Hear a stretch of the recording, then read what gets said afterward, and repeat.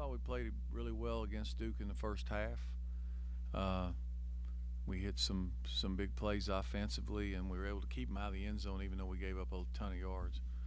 Uh, Second half got off to a terrible start uh, with a turnover on offense, and then fumbling the kickoff return.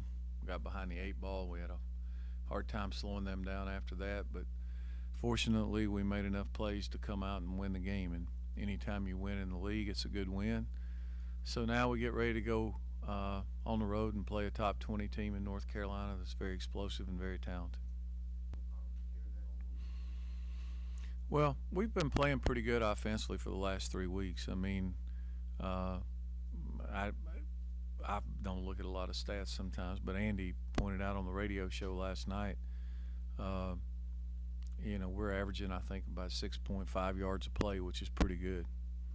That's way up from where the start of the season, which tells you that the last 3 or 4 games it's been closer to 8 or 9 yards a play. So hopefully we can carry that momentum and keep it going into the game. You're facing one of the top quarterbacks in the country. They throw the ball a lot. Well, this will be probably maybe the toughest test of the year for your secondary. Yeah, he completes a high percentage. I think that clearly he's very accurate. He knows what he wants to do on offense. The nature of their offense, they have a lot of check downs and a lot of guys, so their quarterbacks are going to complete a high percentage. But he's very talented. He's been in the program for a long time, and he understands what they're trying to do and knows what he wants to do. More on Justin. What's it like when you're facing a third and long and you see him go into his escape artist mode, reversing direction and running crazy? What's that like for you to watch from your view? Well, it's good when he's got an opening. It's not good when they hem him in. So, he made a couple of plays scrambling there in the fourth quarter. The last one, he saw a crease and took off. The wide receiver was also pretty much wide open. The guy we were going to throw it to off play action on a post corner. So, but anytime he can pull it down and go with it, that's great. See the offense working so well with the passing game and complemented with the running game. It seems to be just like a beautiful thing of art. What would be the most important component to making the offense work?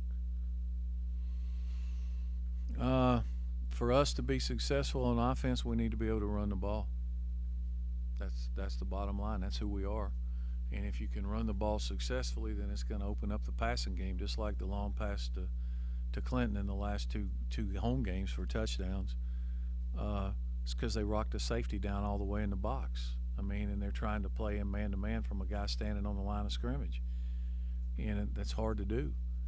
And if you can protect the quarterback, there are going to be guys open. If you couldn't run the ball, that safety wouldn't be rocked down in there. So it's kind of a catch-22, and through the years, it kind of feeds off itself. It's a system, and when you're operating correctly and blocking folks a little bit, you have some answers for what people do. Now, I've said before, physical superiority cancels all theory. So if they're just whipping your butt up front, it makes it all look rough, because it's hard to get anything going. But when we run the ball successfully, and when I'm saying run the ball successfully, I'm talking about 280 a game and above, all the way up to 350 or 400 a game, then we're pretty good. In 14, when we got that thing humming, we were rushing for about 340 a game. And when you do that, they have to take chances on defense, which opens up the passing game.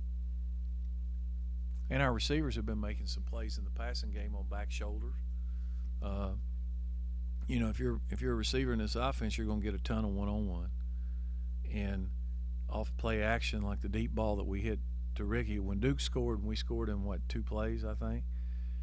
It was the deep ball we hit to Ricky was just a run pass option that was play action and single coverage, and really he just threw him a jump ball, and the guy lost the ball because it comes so fast. And then the next one, they walked the safety down in the line, and he hit the guy for a touchdown. He checked that was a run call, and he checked it into a pass. Yeah. Well, there may be a fairly long list of detailed explanations suggesting what the defense needs to do to be better? Is there a Cliff Notes version? I think that we need to. Everybody's got to have an idea of what everybody else is doing. You know what I'm saying? And you've got to limit the mistakes and the alignment errors and those kind of things. And if you're still having them this late in the year, you've got to cut back on what you're doing. I mean, you can have the best plans in the world, but if the guys out there on the field can't get it, then it's not going to be good. And you know, you just got to make some plays. Like the kids on offense made plays. Somebody's got to bat the ball down on third down, or somebody's got to get a sack, or somebody's got to. There were times Saturday where I can think of two.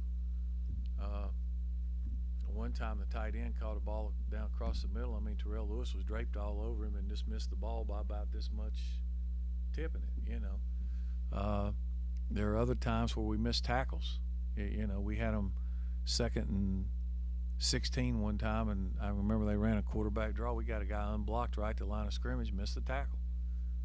It's like those kind of things. And when it's going, once it starts going, it just seems like it steamrolls, and nobody can make a play to get you off the field. Now, having said that, we did get a couple of 4th down stops. We got a couple of turnovers. At the end of the game, we got a 3rd down stop when Antonio tipped the ball.